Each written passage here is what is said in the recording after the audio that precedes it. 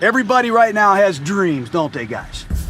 All right, everybody in the NFL, I have a dream of making it in the NFL. I got a dream of winning a Super Bowl. I got a dream of being in a Pro Bowl. I'm really not into dreams anymore, okay? I'm into fucking nightmares. You guys with me on that? Mosh pit. You gotta end somebody's dream. You gotta take their job. You gotta take their heart. Are you guys clear about this NFL shit now? We're not trying to go to the Peach Bowl. We're not trying to go to the Gator Bowl or the Bluebonnet Bowl. We're trying to go to the Super Bowl. The autumn wind is a pirate, blustering in from sea. With a rollicking song, he sweeps along, swaggering boisterously. The autumn wind is a raider, pillaging just for fun. He'll knock you round and upside down and laugh when he's conquered and won. Just win, baby.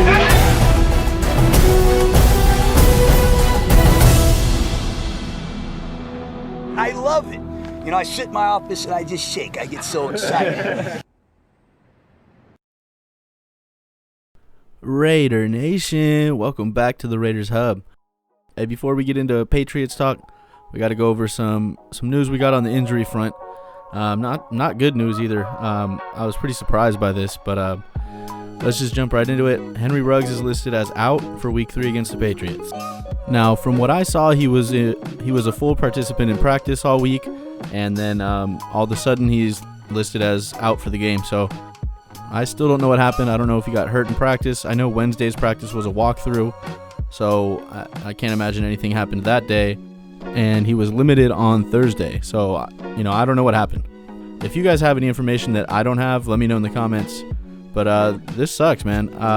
I was hoping that this would be the week that Carr and Ruggs got their timing down and, Ruggs finally exploded for a big play.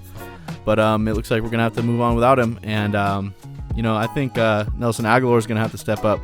And I've liked what I've seen from Nelson Agholor. I think he's looked really quick. His routes have looked good.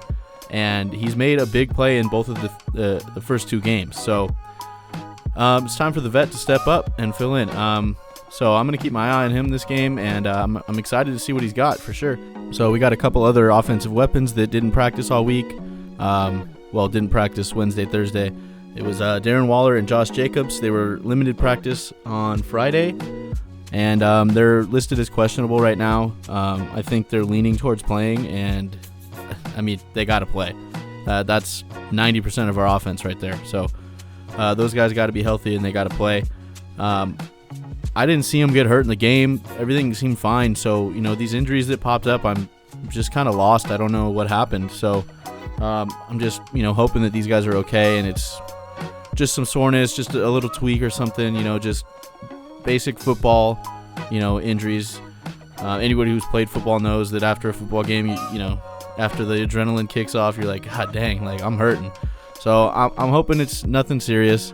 But, our offensive line is banged up, and, I talked about John Simpson in the last video. I don't want him playing. Flat out, I don't want him playing. So Sam Young had limited practices during the week. He's questionable. I'm hoping that he can come in and play right tackle, and Denzel Good can slide over to the left guard spot. Denzel Good did not practice on Thursday, didn't practice Wednesday, and he was a limited practice on Friday, so he's questionable as well. We got a lot of question marks. Offensive line is going to be a game-time decision, so keep your fingers crossed, guys. Also still out is Nick Kwiatkowski and Trent Brown. I'm hoping Trent Brown can start playing soon, man. I've said, to many people that I'm not going to speculate about what's going on with Trent Brown. I'm going to assume that he's hurt, but he's getting paid a lot of money to stand on that sideline, so I'm really hoping that whatever's going on with Trent Brown works itself out sooner rather than later. I would love to see him back on the field contributing to this team, and, helping this offensive line out who has played well and is already battling injuries. We need to fortify that offensive line if we want to keep having success. So come back, Trent. So we're not the only ones with a banged up offensive line. Patriots tackle and center, they're both banged up. Their center is ruled out, and their tackle is questionable. So, hopefully we can generate some pressure on some backups that are filling in for those guys. Also, they got a linebacker out, and they've got James White out. And, that's big for us because, the more we can limit their offense, the better off we're going to be. Obviously our offense has potential of putting up 34 points. We've seen it 2 weeks in a row. And, I truly think if we can go out and score 30-plus points again, this game is going to be a W for us. It's a wrap. So, the more struggles they got to deal with, the better for us. I don't wish injury upon anybody, but, it is what it is. And, the less weapons they have on offense, the more we can focus on Cam. And Cam has been Cam lately, man. He's looked really good.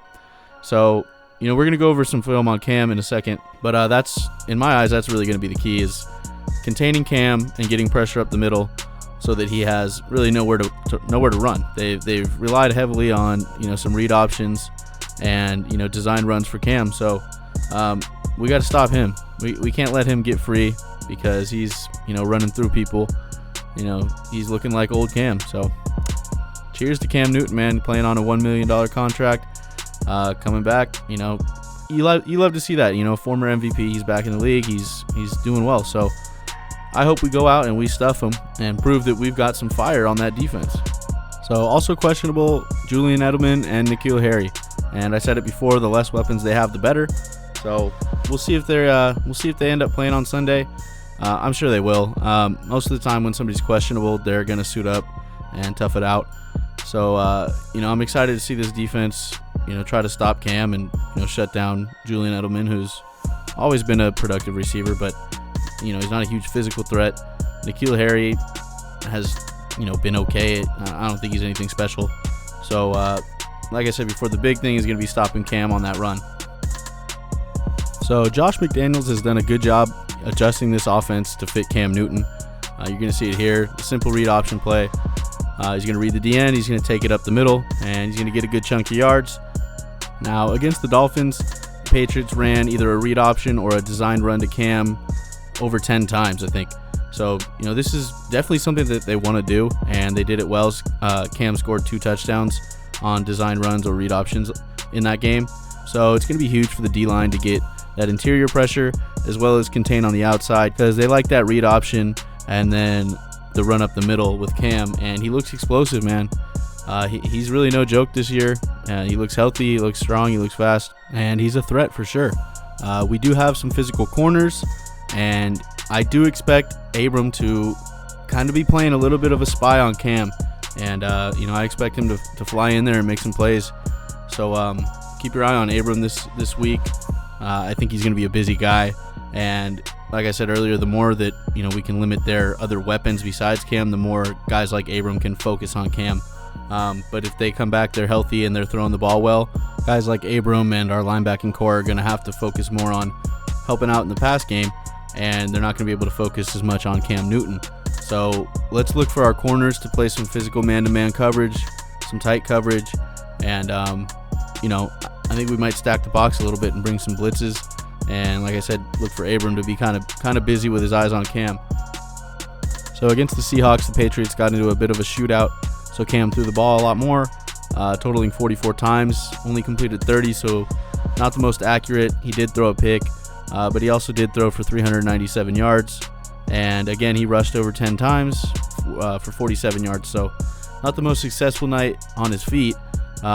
Did score 2 rushing touchdowns though. So down there in the goal line area, the red zone area, we got to keep our eye on Cam. And I truly do think that Cam is really the one we got to focus on. Edelman had 8 catches for 180 yards or so. So obviously, Edelman's been dangerous, but I do think we can cover him.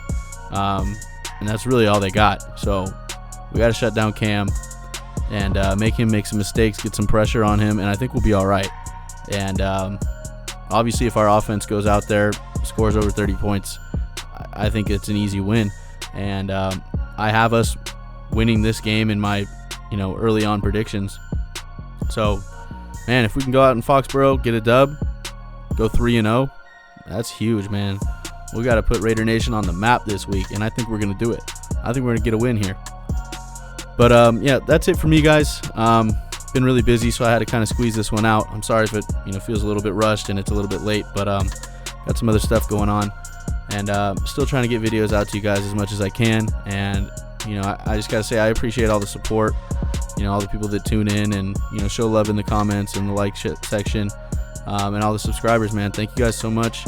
I love doing this, man. So I'm gonna keep grinding, and I appreciate you guys keep tuning in, and I'll see you guys in the comments. Peace out. Much love, Raider Nation.